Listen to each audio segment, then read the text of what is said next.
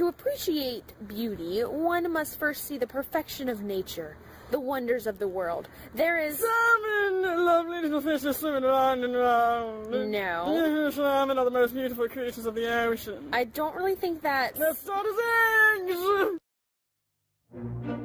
Eggs. They start as eggs in reds and gravel salmon nests.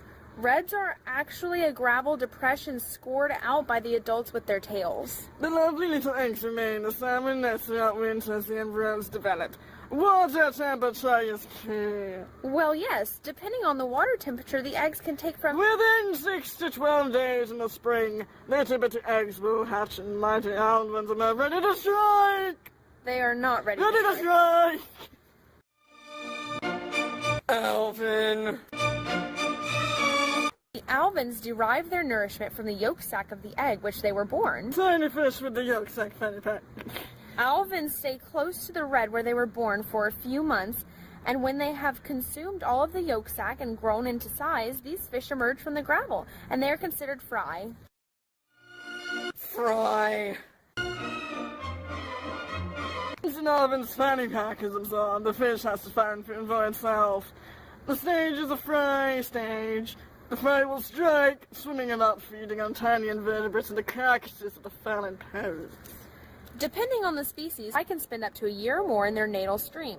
Upon emerging from the gravel, both pink and chum are already silvery smolts and headed directly to sea. Stockeye fry tend to migrate to a lake, spending 1 to 2 years before migrating to sea. Chinook fry usually spend less than 5 months in freshwater, while choho fry may spend over a year. The survival of fry is dependent upon high-quality stream habitat. Borders along shade and access to side channels is important in allowing fry to hide from predators and prevents them from getting flushed downstream during river flood runs.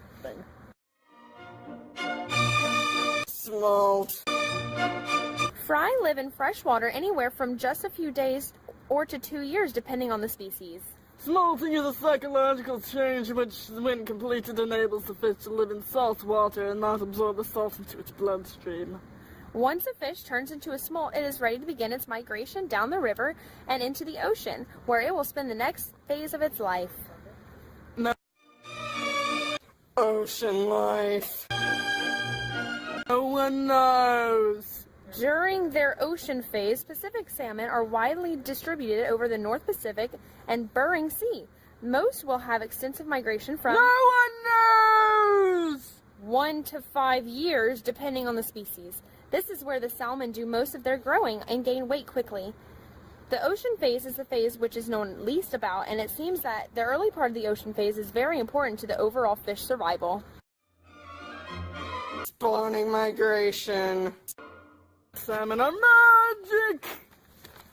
Well, no, we are just unsure how to tell exactly how salmon direct their natal streams, though it is suspected that scents and chemical cues, as well as the sun, play an important role on the homeward migration. Once the salmon reach fresh water, they stop feeding and prepare their body for the spawning, changing from a bright silver color to a much darker and sometimes boldly colored mature adult.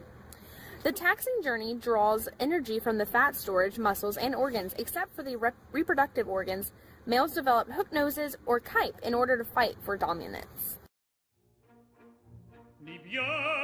Spawning. The adults spur up and do adulterated all stuff, starting the process all over again. They make reds and lay eggs like their parents did before them. The dominant male will court the female upon spawning. They will release eggs and molt simultaneously. The eggs will settle into the gravel, and the female will cover the eggs with loose gravel and move upstream in order to prepare another red. Eventually, both the males and females die, supplying the river habitat with nutrients and the seeds for the next generation that will someday return and continue the cycle.